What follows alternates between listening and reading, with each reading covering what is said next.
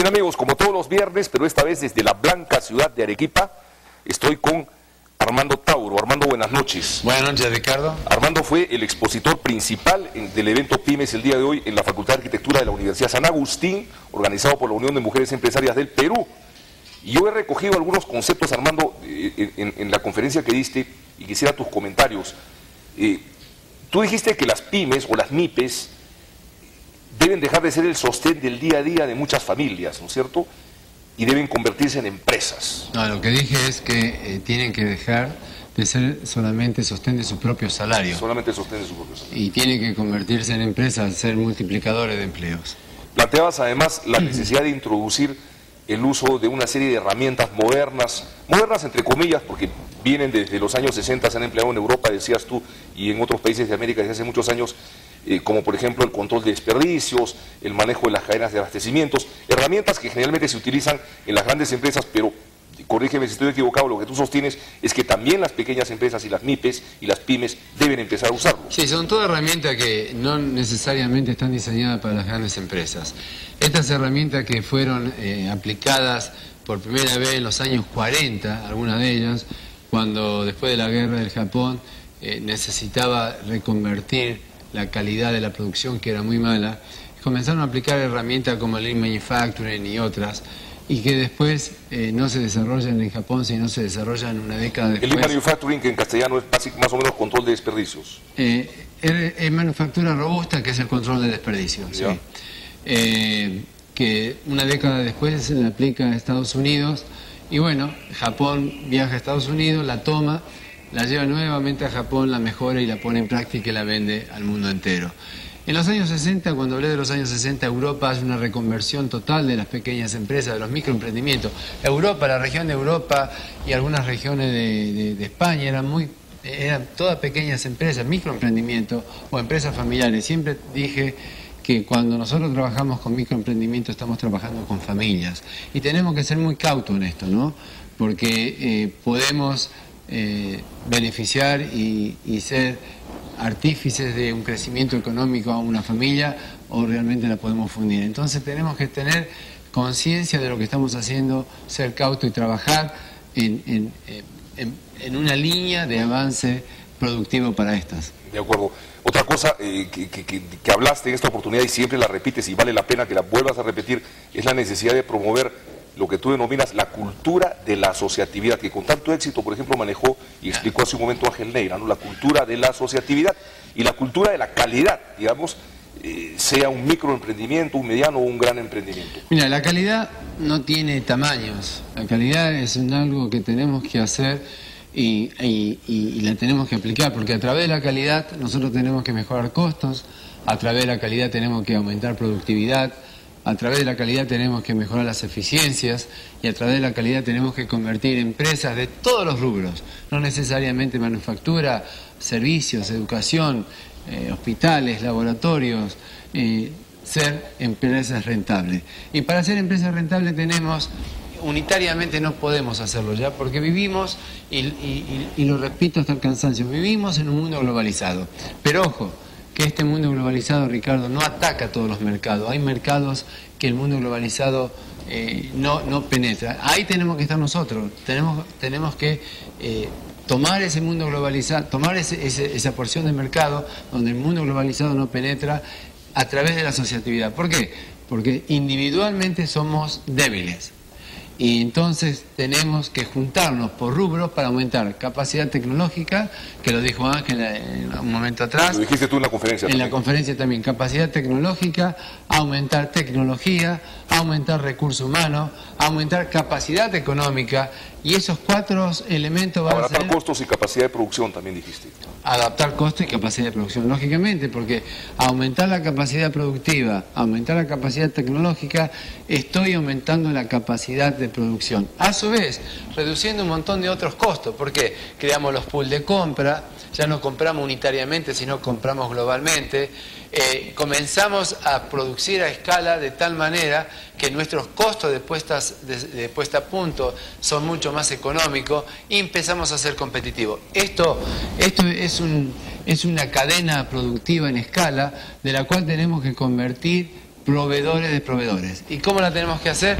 Desde los micros emprendimientos hasta las grandes empresas. También dije en la conferencia que el mundo pyme en el mundo cubre tan solo, cubre la totalidad, del 95%. Y que el mundo globalizado o las grandes empresas cubre tan solo el 5%. Es así que en ese mundo pyme tenemos que vivir, tenemos que subsistir y tenemos que ser productivos. A su vez, el Perú tiene un mundo industrial del 98%, de la cual en este 98% descansa el 62% del PBI. Sobre la espalda del 98% de estas pymes descansa el 62% del PBI. A su vez, de este 98% de empresas pymes que tenemos en el país, tenemos casi un 70% de informalidad. Entonces, tenemos una gran controversia, tenemos un gran volumen de empresas pymes, tenemos un gran porcentaje de informalidad. ¿Y qué es lo que tenemos que hacer? Para poder convertir a estas empresas, no podemos decirles al mundo microempresario, señores, para estar en el sistema financiero o para estar en el mundo productivo, ustedes se tienen que formalizar. No lo podemos hacer porque la fundimos a todos. Eso es lo último. Eso es lo último que hay que hacer. El fortalecimiento de las pymes tiene 4 pasos. Y el último paso, que sería el quinto, sería la formalización. El primer paso es la conformación de una universidad de empresa, que ya lo dijimos, para formar técnicos y oficios. El segundo paso es la conformación de un observatorio que mida la natalidad y la mortalidad de esta. El tercer paso es conformar a través de los gremios, a través de los microempresarios, a través de las universidades, a través de las entidades financieras, un grupo de directivos que podamos trabajar en conjunto para fortalecer esto. Es decir, a las grandes empresas poder dar trabajo a los microemprendimientos tomar el trabajo de la capacidad ociosa de las medianas y pequeñas empresas y hacer así la cadena de distribución. Y por último, que tendría que ser la primera parte, el gobierno tiene que ser el articulador, donde podamos crear los nichos de mercado, donde podamos crear los sistemas financieros, donde podamos crear la capacitación que le tengamos que dar a esto. Tenemos que determinar a través de un diagnóstico cuáles son sus debilidades, cuáles son sus fortalezas y comenzar a trabajar con ellos. Yo realmente, cuando los gobiernos en la cancha política, cuando todos los candidatos políticos hablaban de las pymes y qué le damos a las pymes y qué le sacamos a las pymes, lógico, las pymes hoy cobran 12 millones de habitantes y es totalmente seductor para cualquier político. Pero también te quiero decir, Ricardo, que las pymes en el mundo es el mayor eslabón más importante de la reconversión económica de cualquier país. Entonces ya no es una cuestión de elecciones o de momento, es una actitud que el gobierno de turno que venga electo en esta segunda vuelta tiene que focalizarse, tiene que centralizarse y tiene que trabajar con este grupo de empresarios, microempresarios, mediano empresarios, pequeños empresarios y grandes empresarios para el fortalecimiento económico del país. Dijiste también que el potencial que había en el rubro de servicios para las pymes en el mundo alcanzaba la espectacular cifra de ¿cuántos billones? Estados Unidos compra en outsourcing sería, tercerización. De servicio, 200 billones de dólares al año, 200.000 millones de dólares al año. ¿Está bien? De estos 200 billones de dólares al año que compra Estados Unidos en servicio de outsourcing, el 70% se lo vende India e Indonesia, donde 5 años atrás, yo tuve la oportunidad de estar en India, donde 5 años atrás eran países totalmente obsoletos, hoy son totalmente tecnificados. Así que todo se puede. De esos 200 billones de dólares que compra Estados Unidos en outsourcing, Latinoamérica vende solamente 7 millones de dólares. De esos 7 millones de dólares que se le da... Que es una suma ridícula. Es una suma ridícula, más ridículo lo que Perú solamente entrega 2 millones de dólares. Imagínate. Entonces tenemos una posibilidad, un horizonte para los servicios, para los software, para los contadores, para los administradores. Y mencionaste que teníamos un software los peruanos en manejo de puertos, que es uno de los mejores. El software de manejo de puertos que se produce en Lima, está considerado hoy por el Instituto de Massachusetts, el MIT, Massachusetts Institute of Technology, del instituto en que yo vengo, y del IIT, que es el Instituto de Ingeniería Industrial, uno de los software más importantes en el mundo, en lo que es el abastecimiento y el acomodamiento de puertos. Pero lo que yo te quiero decir, que nosotros, acá desde Perú, podemos dar servicio de banco a países como Europa, a cualquier país de Europa, porque tenemos 6, 7 horas de diferencia dependiendo de los países. Países occidentes, que tenemos 12 horas de diferencia. Países como Australia, que tenemos 12 horas, 14 horas de diferencia. Entonces, ahí tenemos que aprovechar de formar el network de hardware y software de servicios bancarios para poder vender este tipo de outsourcing. Armando, muchísimas gracias. Finalmente, rápidamente, lo que mencionó Ángel Neira, la necesidad de promover la educación técnica. Yo quiero decir que tú, por ejemplo, eres egresado del Massachusetts Institute of Technology, que es una de las universidades más prestigiosas del mundo, pero inicialmente estudiaste en el Politécnico de Milán. Claro. Estuviste muy comprometido con temas, digamos, de trabajo mecánico, manual en muchos casos, y después hiciste... No, anterior a eso, empecé en la escuela técnica, fabricación de avión, empecé a los 14 años. Yo empecé en las máquinas, manejando tornos, fresa.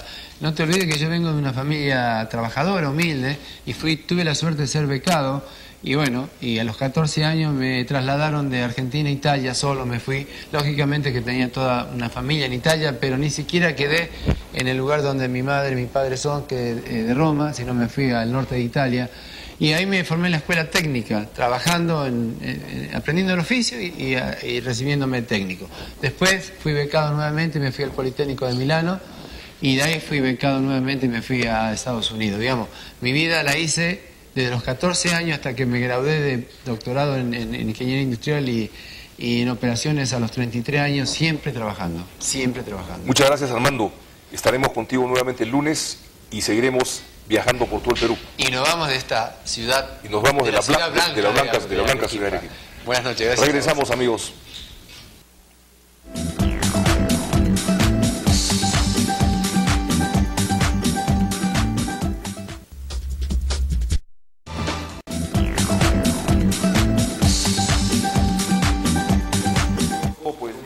Realmente nos vamos de la blanca ciudad de Arequipa, muy complacidos por las atenciones recibidas, y bueno, nos estamos viendo el día de mañana y continuaremos además haciendo programas en otros departamentos del país. Tengan ustedes muy buenas noches y doy pase a mis compañeros Henry Zúñiga